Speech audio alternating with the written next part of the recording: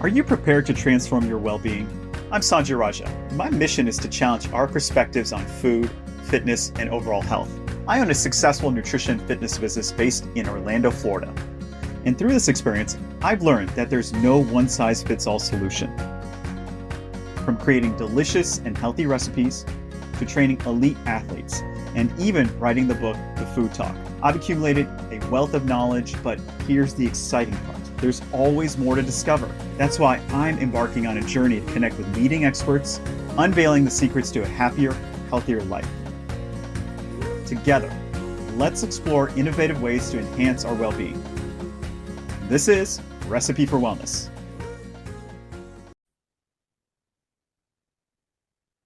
Welcome back, everyone, to season 3 of our podcast, Recipe for Wellness, based on our TV show.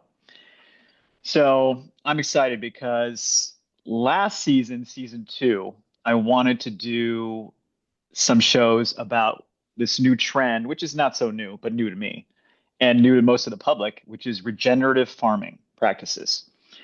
And we didn't get a chance to do it. Things just didn't line up. But you know what? The way the universe works, it lined up this year already. And I am excited to talk to my new friends. And I'll give you a little bit of background. And that is a lot of people, eat beef. It's very popular. But that being said, I grew up all over the world and I grew up with a lot of lamb in my life. Lamb is amazing. In New Zealand, they consume it as their primary source of meat. New Zealand, for example, that part of the world, and some of the best lamb in the world. And, it's always hard being here in the States to get good quality lamb because it's not such a popular meat, right? So that being said, I wanted to bring in our guests for season 3, Gray's Landscaping. Did I say the name of the company correct? Yep. Awesome. And this is Jess Gray. And I had the pleasure of meeting her husband online. We got to talking, and then I met you. So I'm so excited to bring you on board because we here in the United States are just not educated about lamb, the benefits of it, how amazing of a protein it is, and why it should not be more popular, right? So the first thing I want to talk about is your guys' unique approach to this term of regenerative farming. Mhm. So for those of us who don't know, this is a great opportunity to learn about this. But can you define what regenerative farming is? Because I keep hearing this term last year. I'm so excited we're going to get to do a segment with you guys this year. Yeah, so for us, we use the sheep to give life back to the landscape. That's the bottom line of what it is. So we're taking soils that have been taken from and neglected for so long, and we're allowing the sheep to do what they do naturally. We're putting mineral back in, we're Hmm. putting life on the landscape. So as you start to do that, you're growing better grass, and as you're growing better grass, you're bringing the whole life cycle back. So you're bringing bugs back, and you're bringing the birds back, and so it's this landscape that typically was not dead, but just not as lively as it could have been. And now, just because you're bringing sheep back, you're bringing everything else with it. And so the soil is now alive, and we know if we have life on the landscape, everything is healthier from the bugs to the wild animals to, of course, the meat that we're producing as well. So you're essentially creating a regenerative life cycle within the land Mhm. and you guys do this by essentially moving the sheep to different parts of the of your property. Is that correct?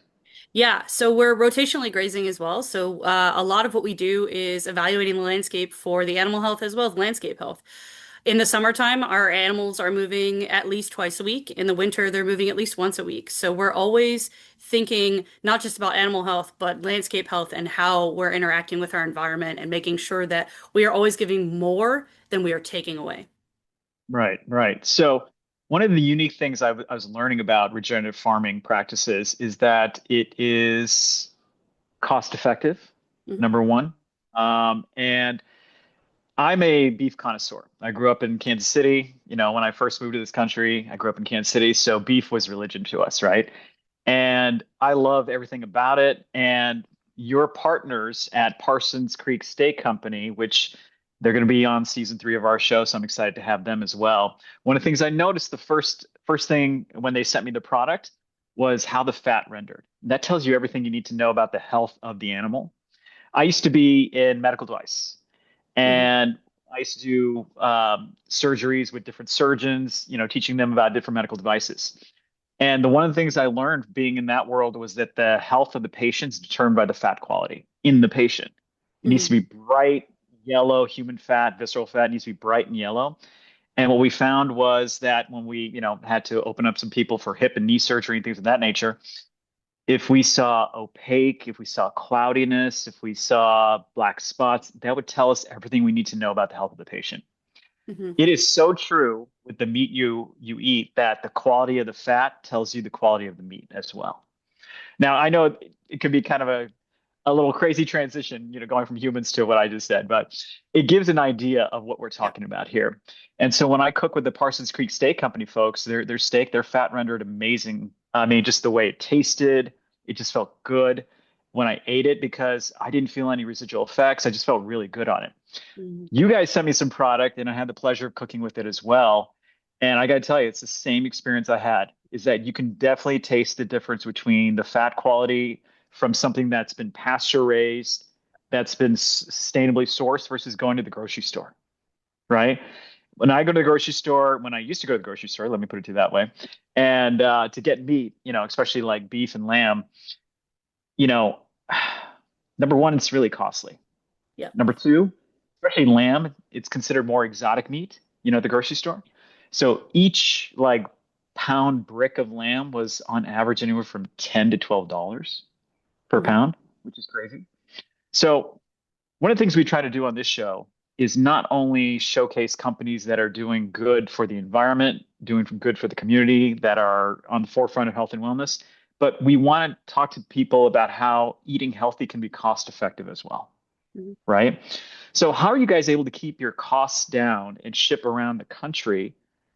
And what's the benefit of doing that for the consumer versus going to the grocery store and literally playing the lottery and trying to find some meat that, tastes good and makes you feel good? Yeah, that's a really good question. We are 100% pasture based, like you said, so we aren't finishing our lambs, in a feedlot or anything like that. So that's a big part of it.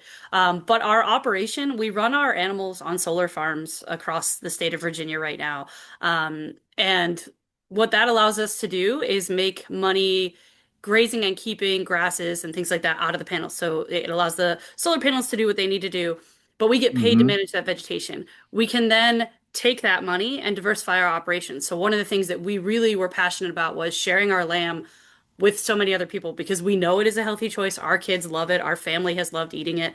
And we've Mm-hmm. seen a difference, exactly what you're saying. We've seen a difference in our family eating it. So we were like, how do we get this out to more people? So what we were able to do was partner with Parsons Creek Steak because they've already figured out kind of the ins and outs of Mm-hmm. how to ship and who's the better carrier and all of that. They've done a great job figuring that out. For us, it was okay, we have this great product. Can we work together? And at a cost right now, because we get the payment for grazing, we can then sell it at a lower rate to get more people to eat it. This is where we've been focused for our Mm-hmm. meat marketing is let's get it started. Let's get people eating it. Let's show them the difference between, an unhealthy cut versus, what we're producing.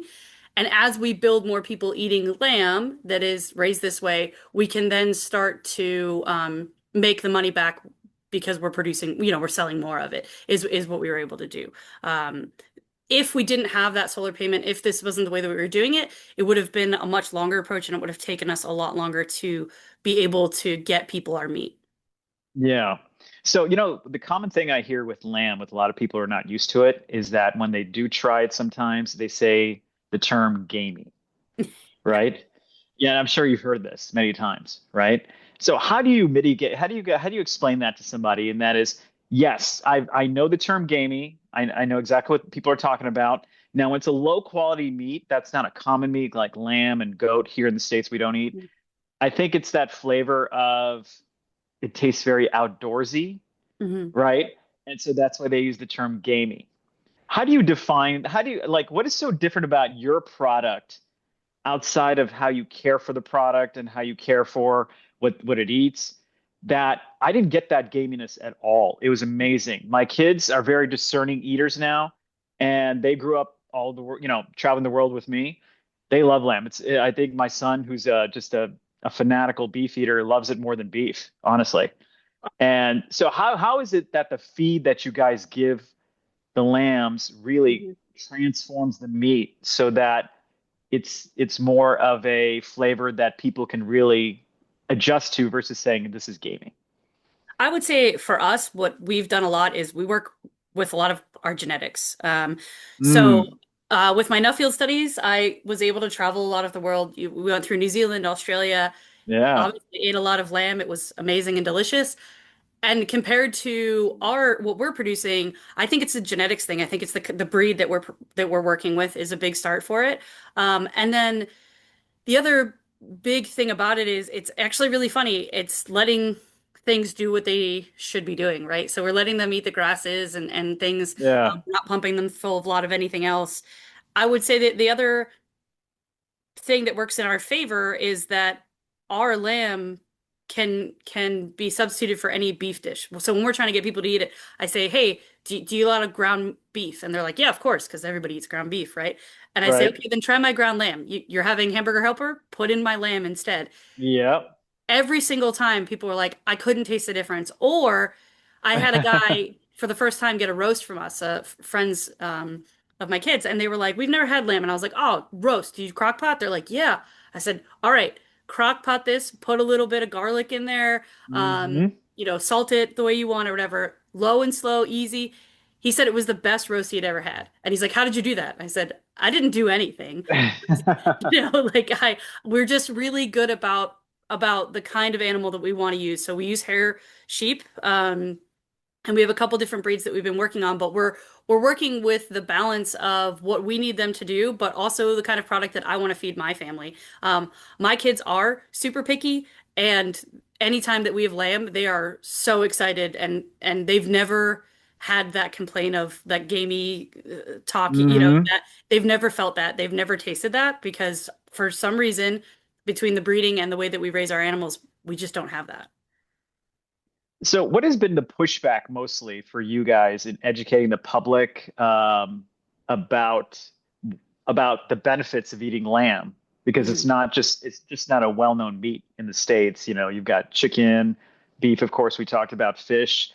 mhm. What's been the biggest challenge in educating the public about the benefits of, eating more lamb in their diet? There was a guy I talked to in Texas one time, and I think he said it best because I always went with the people who try lamb try it once and they don't like it. And he said, no, no, no, no. They try it twice. The first time they try it, they love it.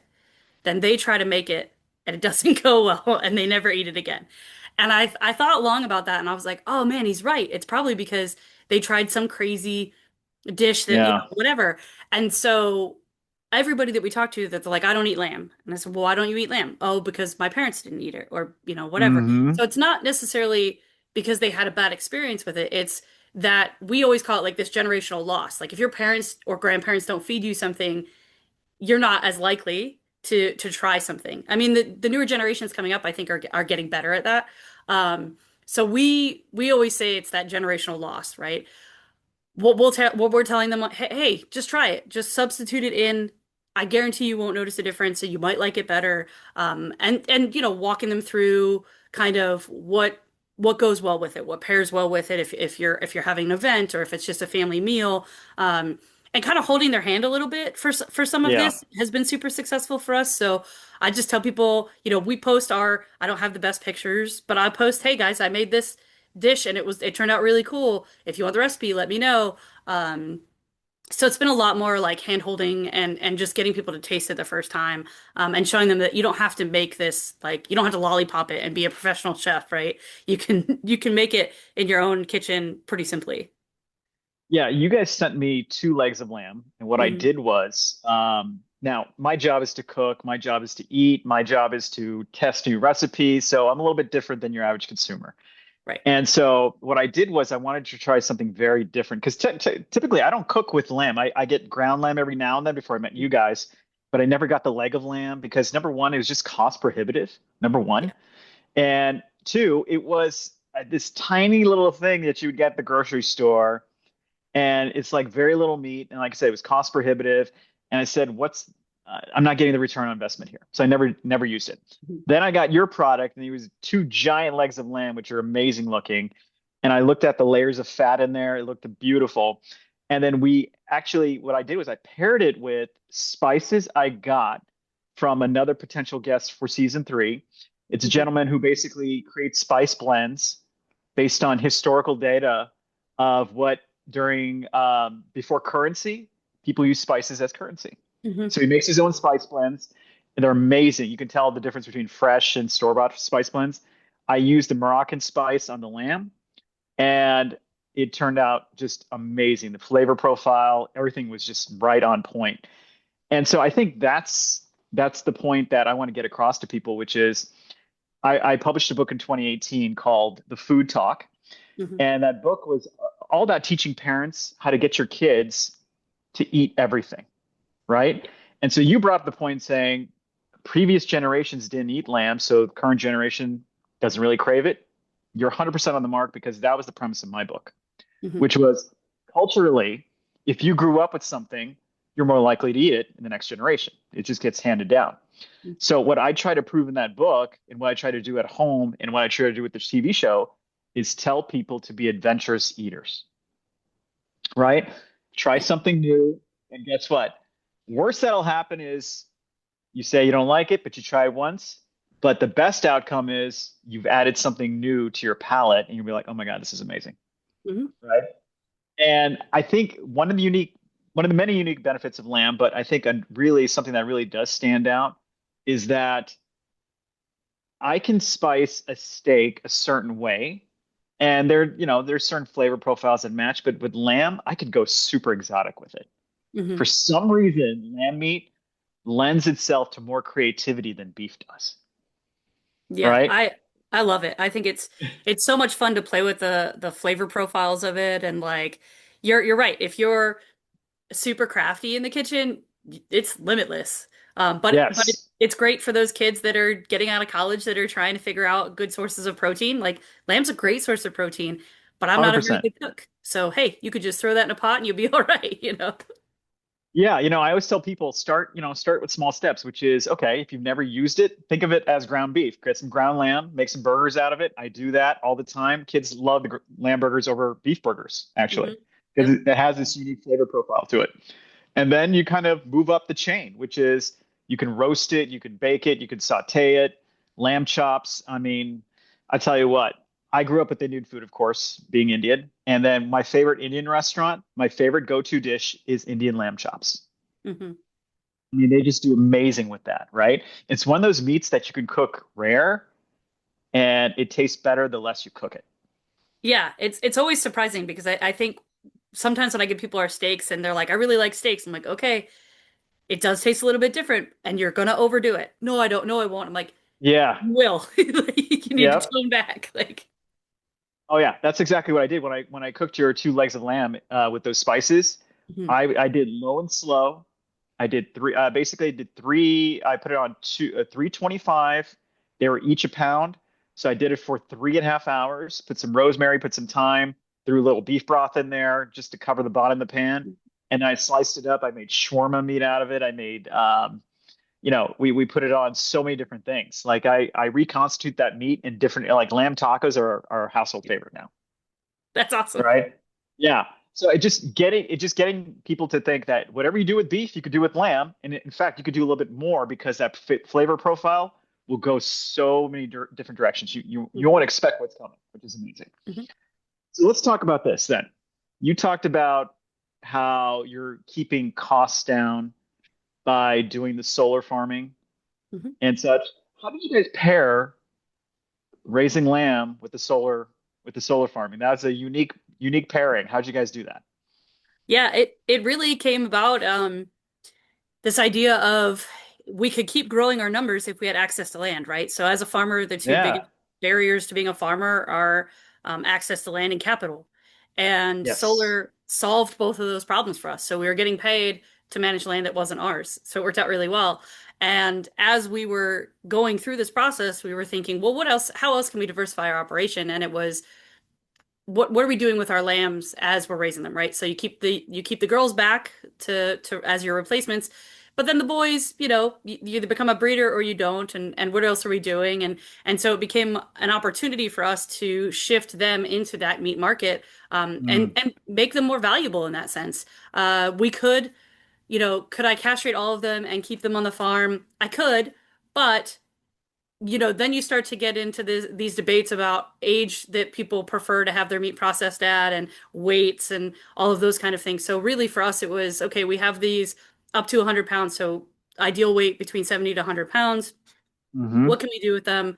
Hey, let's get them into that meat market. And the great thing about it is because we typically spring lamb, they are eating a lot of really good different grasses than the older ewes eat. So when you've got them out there at the very beginning of the year, they're tackling some of that stuff that the older rams and ewes don't eat.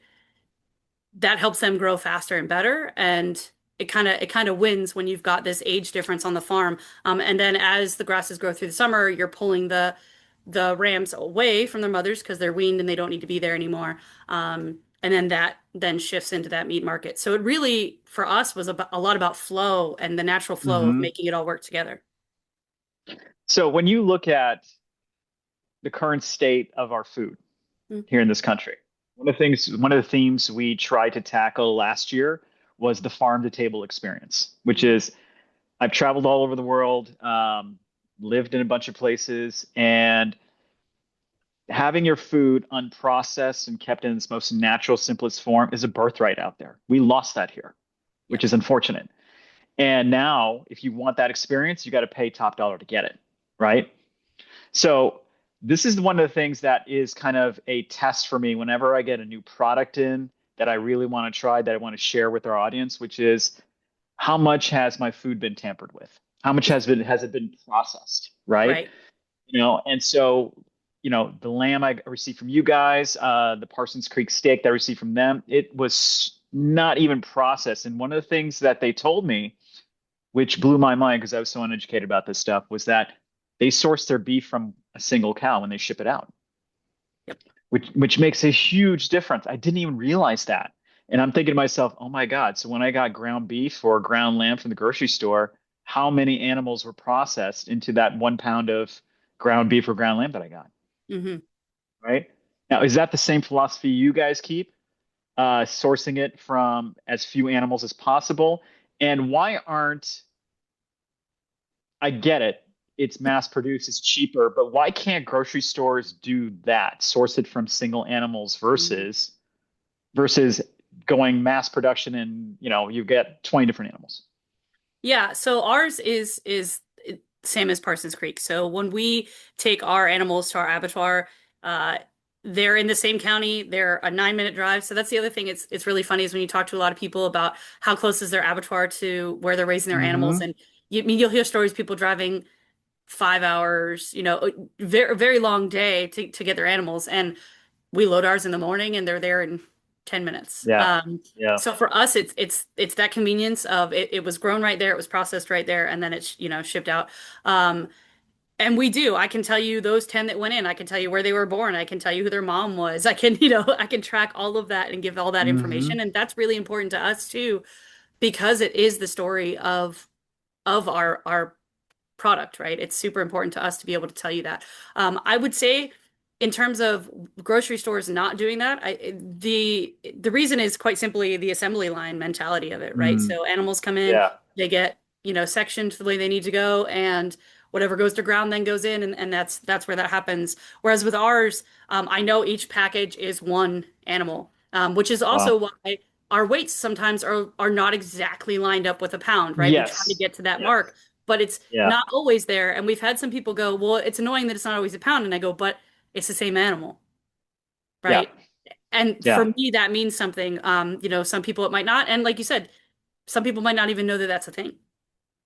Yeah, I didn't know it was a thing and until I got educated. And it's just one of the many things I've been learning as I've been going on this journey with the show. So let's talk about this then. And that is you guys are really trying to bring the messaging of lamb as a viable source of protein here in the States, Yep. right? And so, what outreach programs have you guys done? What kind of education are you guys doing right now to get that message out so that people are aware of it? Yeah, so we're in the process of finalizing a commercial that we hope gets out, and it's just an Eat Lamb commercial. So it's not about us specifically or anything. The goal is that this can go out nationwide, and everybody will then start looking for their local source of lamb. Um, that's the first thing that we've done. We've done a lot of last year. I launched a bumper sticker campaign, and all it said was "Eat Lamb." Very simple, nothing crazy. And we gave those away, and I had 3,000 of those go away. I had one that said lamb. It's not just for Easter. So the two big upticks in lamb sales in the United States are at Easter and Christmas. And Yeah. as great as that is, we want people to eat lamb on a Tuesday night. So we were Yes. trying to get people to understand, hey, it's any time. So those stickers went out really well. We connected with a lot of people all over the U.S. For those, and then we've been on the road as much as we possibly can to just talk to other producers as well and try to get people to understand the value that local produced lamb can bring, the protein and everything. So I was actually at the National FFA convention this year, just talking to young producers, so the future generation of farmers, to get them to be thinking back towards lamb. A lot of these individuals were doing it for 4-H or FFA, and so they had two or three lambs, and they're like, you can't make money in lambs, so I'm going to shift to cattle or row crop. Um, and so I was like, no, no, we can do this. We can do this together. Let's talk Yeah. about the viability of it. So we've been doing a lot of outreach to high school, college, getting people to understand that. We've done a lot of visits and tours with older groups and older farmers as well. We're just constantly trying to have these conversations to get people to understand the value. And then, like you said, tying it back into the landscape is that, sheep are great for the land and we need to have them back. And it's not, Hmm. when I say that, it's not like a one or the other. It's not cows or sheep. I don't believe in that. I actually would like to see the two work together more. I would love more multi-species grazing because that would actually be even better for the landscape. So it doesn't have to be people choosing beef or lamb or chicken or fish. We can actually have a better balanced diet, having a little bit of all of them. And that's what we've been trying to get people to understand. And so we share a lot of the American Lamb Board recipes and Hmm. community market outreach and things like that. So we're constantly trying to get people, hey, just try it. I promise you won't regret it. Um, So how many providers of lamb are there like you guys across the states? Ooh, there's a lot. There's a lot. Um, Okay. there's a lot out there. The funny thing is the trend is shifting. So it used to be thought that a lot of the lamb eaters were on the West Coast, and it used to be that a lot of the producers were on the West Coast. But data is starting to show there's a shift. Um, so a lot of the lamb eaters are actually on the East Coast now, and actually down towards Florida. Oh And wow. so it's a, Okay. it's a cultural shift too, which is really cool. Um, Yeah. but these trends are just showing us some of this information about what we thought we knew versus what we do know, what is the truth. So the eaters are shifting coasts. And then we're also looking at this generational difference, which I'm sure you know a lot about. So those that are starting to cook as we shift generational wealth as well are individuals that want the story about how their meat is being produced. They're willing to pay a Hmm. little bit more for that because it does have this story and producer connected to it. So we're starting to also see this gap that has been formed in beef before the prices got where they're at right now. Yeah. Um, Yeah. there was this door that is now being opened that lamb can actually start to fit into better because we have the story, we're producing it faster. We have really great producers. We have the abattoirs. The biggest hurdle is kind of what we've been talking about the whole time, which is just we just need one person to try it, right? We just need that next person to try it. That's really where we're at. It's amazing that is if I want a really good cut of lamb, I'd have to go to a specialized butcher shop that I have to find around here. That's Hmm. typically the way I have to go. Because I don't really trust grocery store bought meat since I've been on this journey since season two. And it's just cheaper. Like, for example, like during football games, diehard Chiefs fan. I know we're at a low point, but we'll get back there. Anyhow, but anytime there's a big Chiefs game and it's me and the kids, what I do is I go get probably a 10-pound brisket from the Hmm. butcher shop, and I can make 15 meals out of it. Yep. It may cost me 99 to $100, but it's totally worth it. Yep. Because if I look at the cost per meal I get out of it, it averages out to maybe $5, $6 a head, you know, Hmm. and that's the thing is that I know that meat is pretty quality, just the way it cooks, the fat renders. And I talked to the butcher about it, how it was, where it came from. They know all the information about it. Hmm. And it's a good point. And the reason why I'm bringing up this conversation is a good point, what you just said, which is this generation, they're cost conscious, but more importantly, they're health conscious even more so. They're willing to pay a little bit more to know where their food comes from, Yep. right? And it's amazing because with my other company, we did a lot of corporate health and wellness, right? Hmm. And with that came the fact that this current generation of workers, and even the previous ones, even before the Gen Xers, before that generation, which is my generation, Gen Xers we worked hard, we just kind of did our thing, we never complained, and there was no Yep. such thing as a work-life balance, no such thing.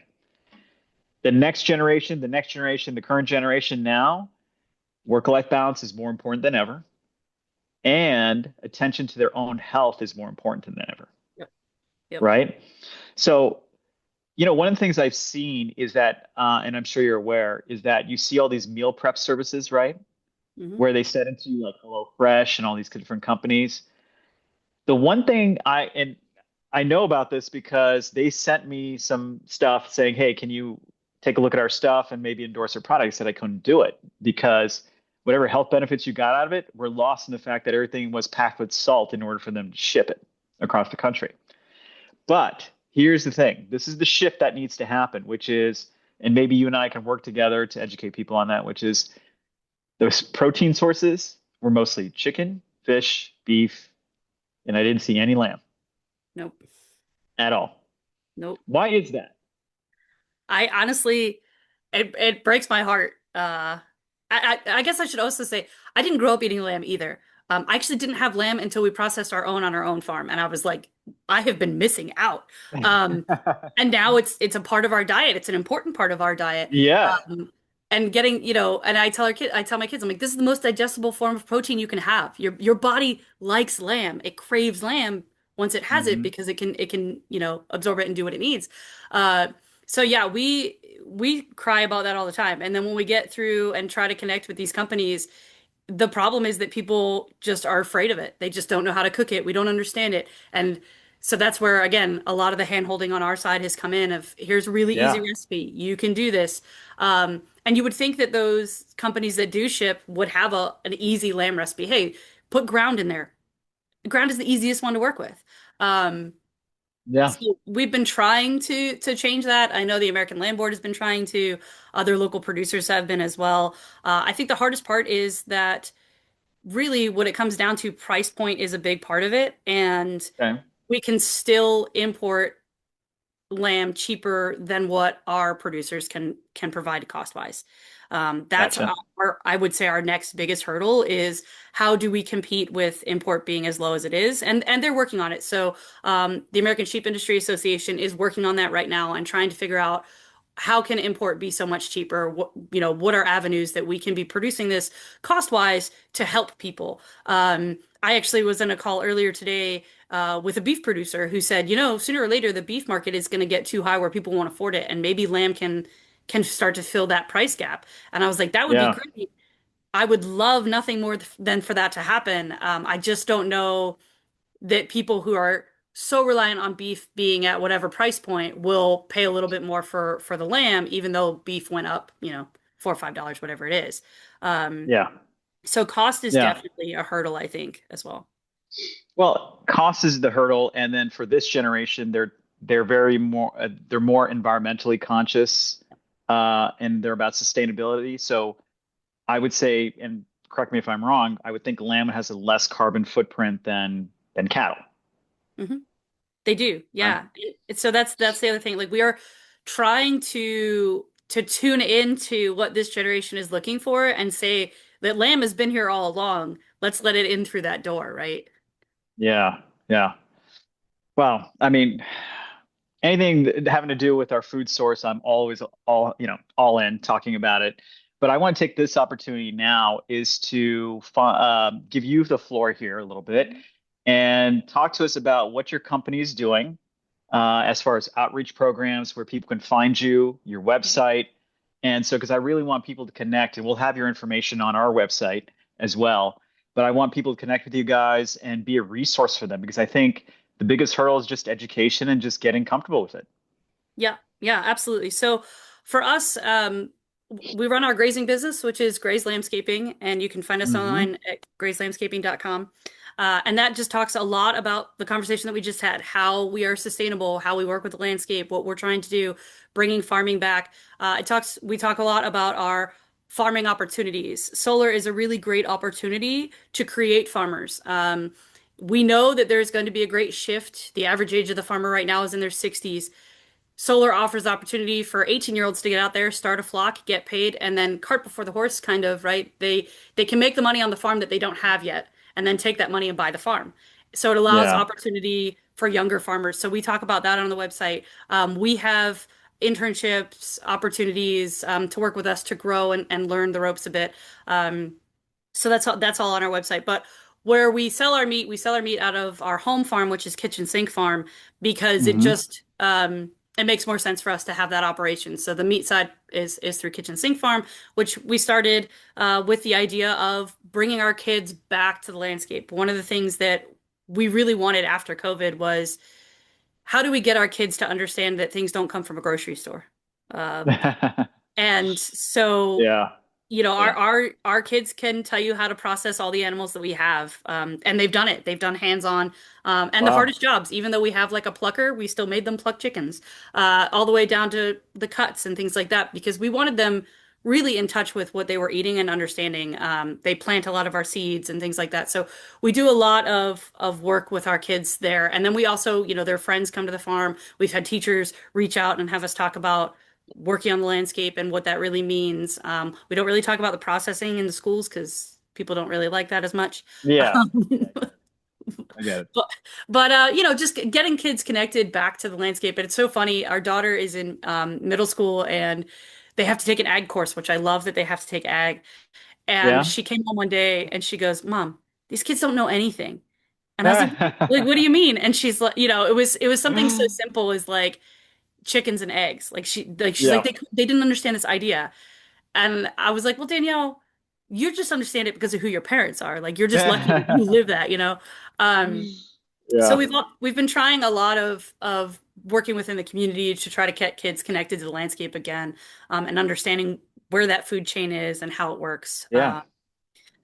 And we have uh, a Sheep Empire podcast that we just talk about grazing sheep and on solar, what that looks like and problems that people might Yeah. face and stuff like that. Um, I'm a board member for the American Solar Grazing Association, so uh, people can check out kind of all of that information through solargrazing.org. Um, and then, like I said before, I was a 2023 Nuffield Scholar, so I got paid to thankfully travel the world and study sheep economies and learn from Mm.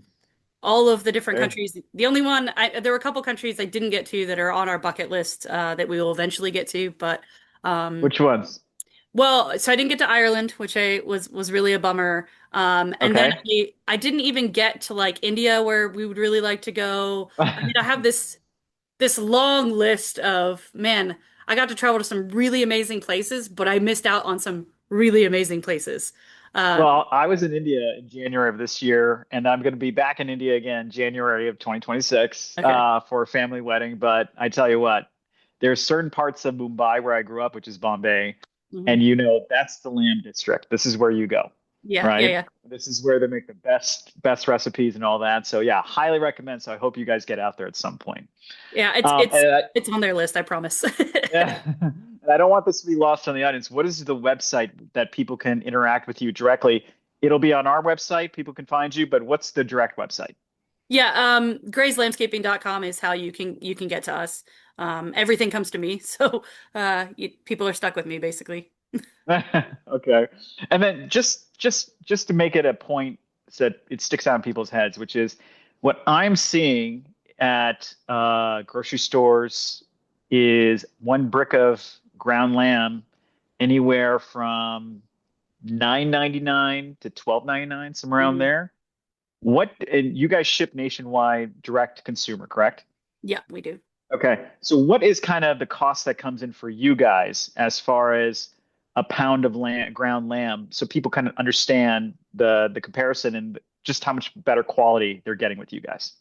Yeah, so right now we're anywhere from 10 to 13. It just depends on the season and everything. And we have run some good sales on everything, but it's like you said earlier, we we raise them, Yeah. not terribly far from the abattoir goes to the processor, and then it's in everybody else's home. So there isn't a lot of extra hands on our process at all. It's quite simple. But that's where price point wise we have to be for, you know, dealing with shipping costs and everything in between. Um, Well, when you guys shipped it out to us to try it out, I could tell everybody that it came pretty quickly. Number one, it was packed really well in dry ice, and we put it right in the freezer in the fridge, and the quality was just you could just definitely taste the difference. mhm, And it's one of those things where what you see, especially with this generation and the future generations to come, is that they will spend money on three things I have found. mhm, They will spend money on entertainment in an up economy or down economy. They'll spend money on health and wellness in an mhm. up economy or down economy. Because here's the thing, if you don't feel good, you can't be productive, you can't go make money, you can't take care of yourself. Yep. Right. And so those, out of the three things, those are the main two that really stuck out to me was that, in talking to our audience and interacting with them, is that they will spend the extra dollar, extra $2 to Yep. go out there and buy quality product. Because just 3 years ago, 4 years ago, you could take $20 and go to McDonald's and feed a family of four. Can't do that anymore. Right.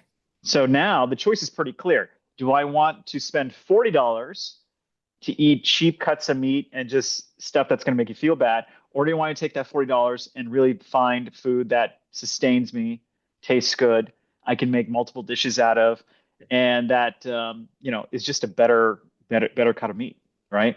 So Hmm. the playing field in so many cases has been leveled now, and Hmm. our choices are becoming more. So I think that's the reason why I really loved interacting with you guys. It's the passion you put into your product. It's what you guys are doing to sustain the environment, educate the public.